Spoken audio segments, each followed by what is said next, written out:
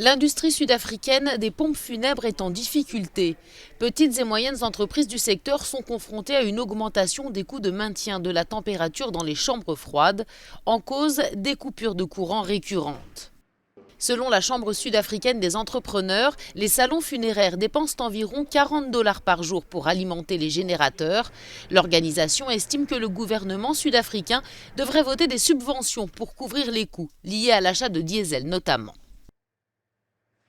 Le délestage électrique a été catastrophique pour le secteur funéraire. Il est devenu très coûteux de conserver les corps, car nous devons payer l'électricité et acheter du diesel pour les générateurs qui alimentent les chambres froides. Les chambres froides, comme celle qui se trouve derrière moi, à l'intérieur sont entreposés 8 corps humains.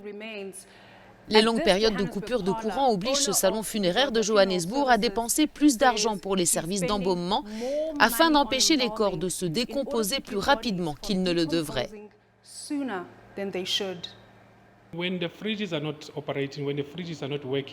Lorsque les frigos ne fonctionnent pas et ne sont pas opérationnels, nous sommes confrontés à l'embaumement des corps. Cela entraîne des coûts supplémentaires. Le délestage électrique nous complique la vie.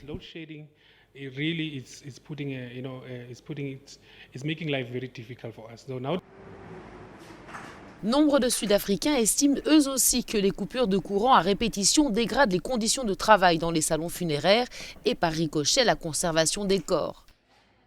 Les communautés réfléchissent à raccourcir le déroulement des obsèques afin d'éviter que les corps ne subissent davantage de dommages. Il est préférable d'enterrer quelqu'un 2 jours après son décès, car sinon la glace qui limite le processus de décomposition du corps va fondre. Nous devons envisager d'enterrer nos morts dès que leur décès est confirmé, car les délestages électriques ne facilitent pas la tâche des pompes funèbres.